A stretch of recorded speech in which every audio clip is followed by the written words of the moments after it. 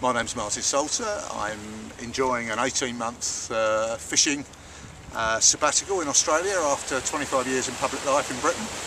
I was very privileged to be the parliamentary spokesman for recreational fishing under both the governments of Tony Blair and Gordon Brown, and I've got involved in a number of issues out here in Australia, certainly down here in Perth in Western Australia to support the guys in their campaign on marine parks and making sure that we've got good quality professional advocacy to ensure that Australia's most popular participatory sport is well represented and is able to punch its weight politically with the politicians. It seems to me that in WA we've got a pretty good story to tell. We've just had a report out from the Fisheries Department and from Murdoch University which gave a pretty clean bill of health to the way fish stocks are managed here in Western Australia. We've certainly seen a very mature approach adopted by the recreational sector. They were in the forefront of calling for limits on species that were under pressure like pink snapper and jewfish. We've seen seasonal closures brought in, and we've seen a fishery management regime that's been prepared to pull the various levers to ensure that our stocks are managed sustainably and that recreational pressure is not having an undue impact on the survivability or sustainability of the popular species. And that runs counter to the kind of arguments that the Greens seem to be putting forward, that the only thing we can do is to lock the human race out of great swathes of the ocean. Now, you know, I've got news for the Greens. You know, fish don't read maps. Fish don't go online. They move around, they migrate. We've actually got to use a science-based approach to fisheries management, and simply using this formulaic approach of locking up a certain set percentage of Australia's waters is no answer for an intelligent form of fishery management policy making.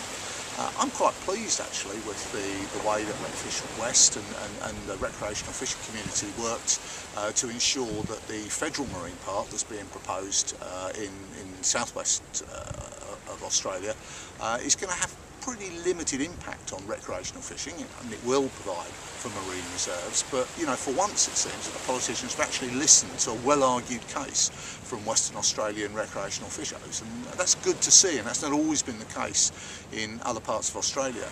I'm not anti-marine parks. I describe myself as a conservationist. I support a lot of the action that Greenpeace and WWF and some of the other groups have taken in defence of the environment of the planet.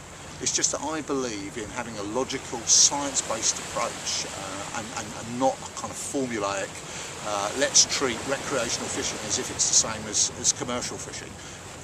A lot of the Greens will argue that a species or an area is overfished, therefore we have to ban all fishing. Well, you can't make you can't treat a guy with a rod and a line who goes out for a few hours on a Sunday afternoon as being as big a threat to the marine environment as a company with industrial trawlers that scrape the hell out of the bottom of the ocean.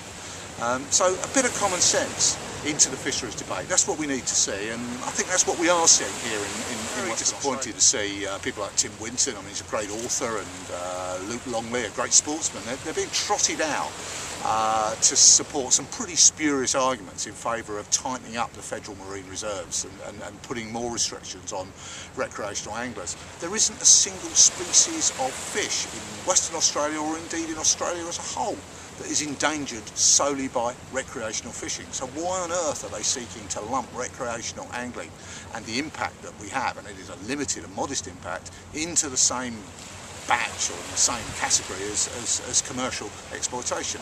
Of course we want to see improvements to the way that fish are commercially harvested. I would get rid of inshore netting, I'd get rid of gill netting, I certainly wouldn't tolerate long lining continuing to take place in Australia. For goodness sake, we've got rid of that in Costa Rica and Peru and Guatemala, yet it's still allowed for iconic gamefish species like the striped marlin here in Australia. So there's lots of things that we could work with the environmentalists on, that we could work with conservationists on, lots of real issues that would make a difference. But at the moment we've got this ridiculous standoff, and like I say, I'm down here to kind of argue the case for recreational fishing, but argue that we've got to move away from this unacceptable, so that we can get away from this unacceptable situation where we've got the environmentalists in one corner and the recreational anglers in another corner.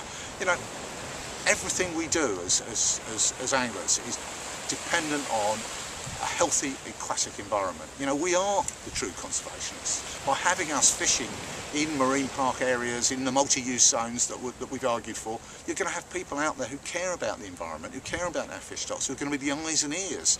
Just locking up the ocean is no answer at all. Now, there are only a few weeks left for people to put their submissions in to the federal government. Make sure you visit your local tackle shop, or make sure that you go onto the Recreational Lifestyle Alliance website. Make sure you ensure that your voice is heard, and that the politicians know that recreational anglers in Western Australia, they're serious people, they care about the environment, they want to see sensible conservation proposals, not unjustified lockouts. It's time that the voice of the recreational anglers were heard loud and clear.